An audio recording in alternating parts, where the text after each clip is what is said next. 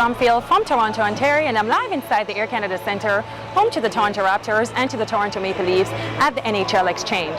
In this segment, I'll be sharing sports highlights in women's soccer, football, and basketball. Following that, I'll be sharing my interview with two top, outstanding, talented basketball players, Miami Heat's Joel Anthony and Euro Basketball League's top player, Andrew Hunter. Stay tuned and check it out.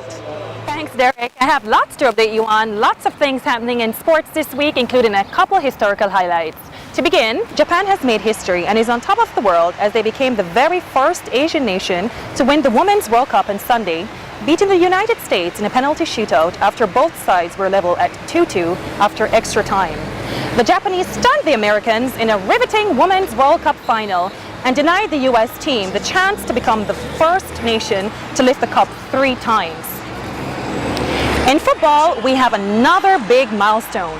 The Montreal Alouettes quarterback, Anthony Calvillo, has made history with his 395th career touchdown pass in a 40-17 win over the Toronto Argonauts on Friday. The 18-year CFL veteran broke the record of 394 set by Damon Allen over 23 seasons from 1985 to 2007. Calvillo is expected to pass Allen's records for career pass completions and passing yards later this season. Some very interesting news in basketball. Dwight Howard's frustration with the NBA lockout has caused the Orlando Magic star to strongly consider playing overseas. In an exclusive interview on Sunday with the Associated Press, Howard said he would consider playing in China or Europe if the NBA lockout doesn't end. And finally, Dirk Nowitzki wins Best Male Athlete. Nowitzki, who was the MVP of the NBA Finals, is the NBA player to be named top male athlete since Michael Jordan in 1993. That's it for now. Tune in every day at 12 noon for your sports updates, live hits, and highlights. Back to you, Derek. Candice sat down for a one-on-one interview with Joel Anthony. So I'm here with Montreal native, Miami Heat top basketball player, superstar, Mr. Joel Anthony. Joel, how are you? I'm fine, thanks. Thanks for joining me today. My pleasure. Good, good. How are you enjoying your staying so far in Toronto? It's been pretty good. All right. I'm over here training with the Canadian national team right now. All right. So your entry into the NBA was quite a unique one. Could you share with us and tell us how you got into the NBA? It wasn't easy. I went to school at UNLV. When I finished there, I was undrafted. I had an opportunity to play with the Miami Heat's summer league team. Right. And from there, I was able to stick with the team. So, are you ready for your big win this season? Yeah, they're definitely looking forward to it. I can't wait to get a chance to go back there and compete. Right. It was really. It's definitely a tough experience, going extremely far and losing, and the chance to go back and compete and get to that level again. That's something that definitely drives you. One final question: video game lover? Yeah. Xbox or PS3? Mostly Xbox. Right. I definitely have both, but I'm mostly Xbox. That's where most of my friends play, Right. online. So. Any final thoughts, Joel? No, just really. Thank you for having me here, and just looking forward to getting back on the court and playing with the Canadian national team this summer, Right. And representing Canada, and I'll return to the Miami Heat and trying to contend for an NBA championship again. Great. Thank you for your time, Joel. Thanks for having me.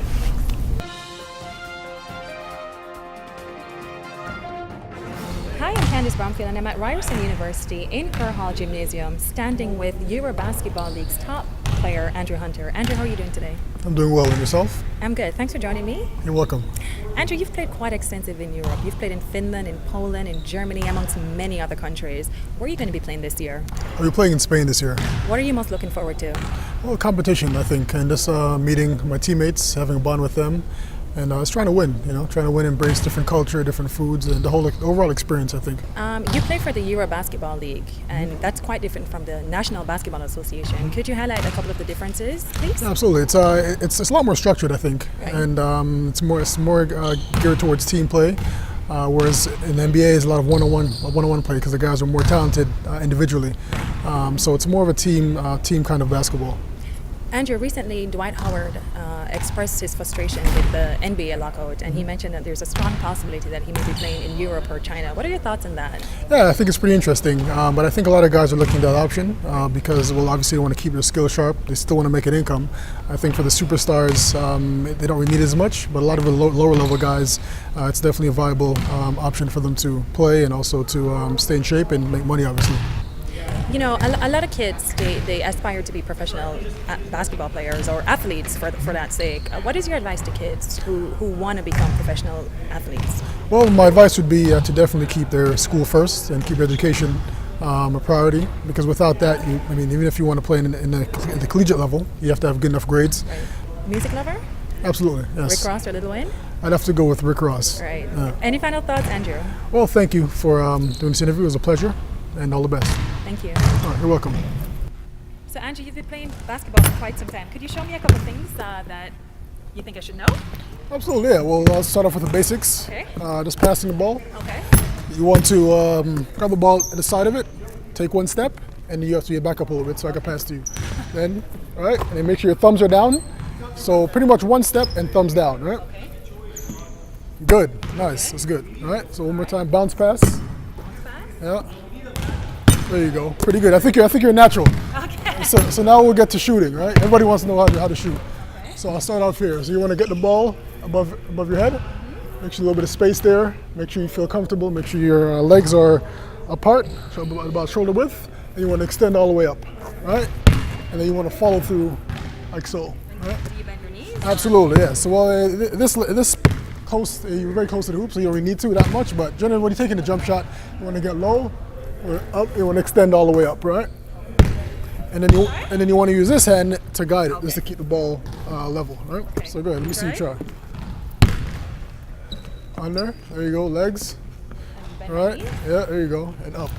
There you go. See, I told you you're natural. It's pretty good. Yeah.